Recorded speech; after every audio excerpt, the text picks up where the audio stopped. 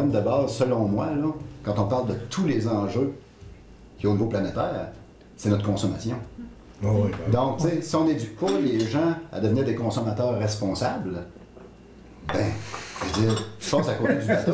Tu passes à côté du bateau, là. Ouais. Tu sais, ben beau dire, oui, je jette ma canne dans le bac puis je fais du compost, mais à un moment donné, au-delà de ça, là, tu sais, t'es un consommateur. Tu vis uniquement presque pour travailler, faire du fric puis le dépenser. Fait qu'à partir du moment où tu comprends que ta paye, t'es pas obligé de toute la dépenser puis qu'il y a une façon de consommer qui est différente de celle qu'on nous inculque depuis qu'on est grand comme ça, mais c'est bien de valeur, mais il faut que ça passe par là. Mon enseignant ici, c'est toujours à chaque cours sur un mot, on est des consommateurs. C'est ça notre problème ici au Québec. Tu achètes un lecteur DVD, tu vas le payer 35$. Après 6 mois, il est brisé. Tu penses pas le faire réparer. Non. Tu le jettes.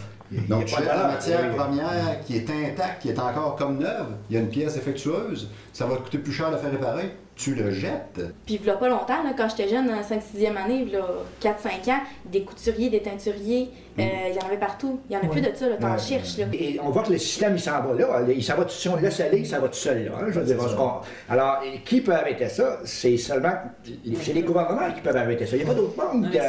C'est les citoyens. Mais le citoyen, en tant que tel, s'il n'est pas regroupé, s'il n'est pas organisé, il ne peut rien faire. Il est seul. Mais c'est nous qui allons voter. Ah, c'est ça. Laure Maridel a dû acheter ses bottes. C'est ça. Premièrement, selon ce que tu achètes, acheter un truc, comme on disait tantôt, un lecteur DVD, un grille-pain à 35$, puis tu le jettes dans 6 mois, tu vas t'en acheter un autre. T'aides de rien, tu t'aides pas ta société, tu t'aides pas la planète, t'aides de rien. C'est ça qu'il faut changer.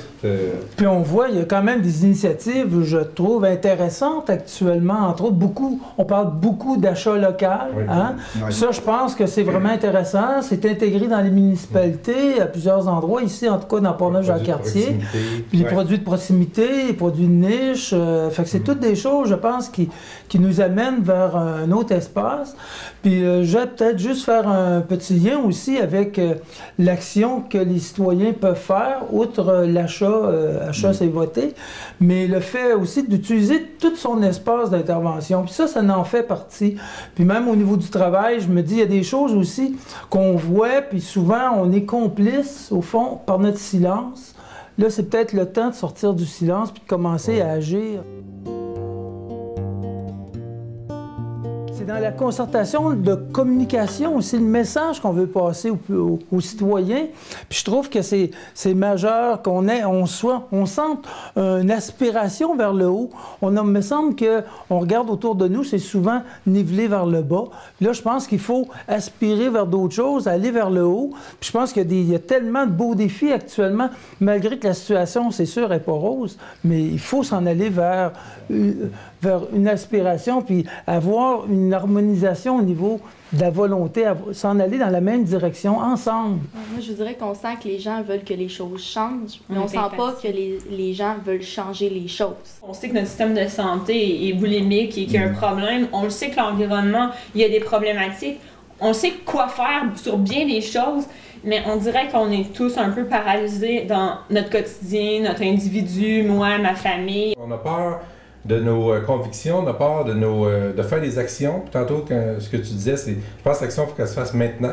C'est maintenant qu'il faut la faire parce que tout ce qu'on retarde, on dompe dans le cours de nos enfants, nos petits-enfants, puis c'est eux qui vont avoir un jour à se tenir debout et à décider des affaires que nous, on ne décide pas là. Les gens sont découragés parce qu'ils se disent mais ça se peut pas, tu sais, je veux que ça se fasse maintenant. On est tellement habitué à l'instantané que là, de vouloir changer le comportement sur les gaz à effet de serre, même si on changeait maintenant, c'est que ça va être à long terme. On a tous dit ça tout à l'heure, mais c'est ça, l'important, c'est de faire comprendre que chaque geste compte, que chaque personne a son impact, puis aussi que si on le fait pas maintenant, on fait juste retarder, puis ça va être pire.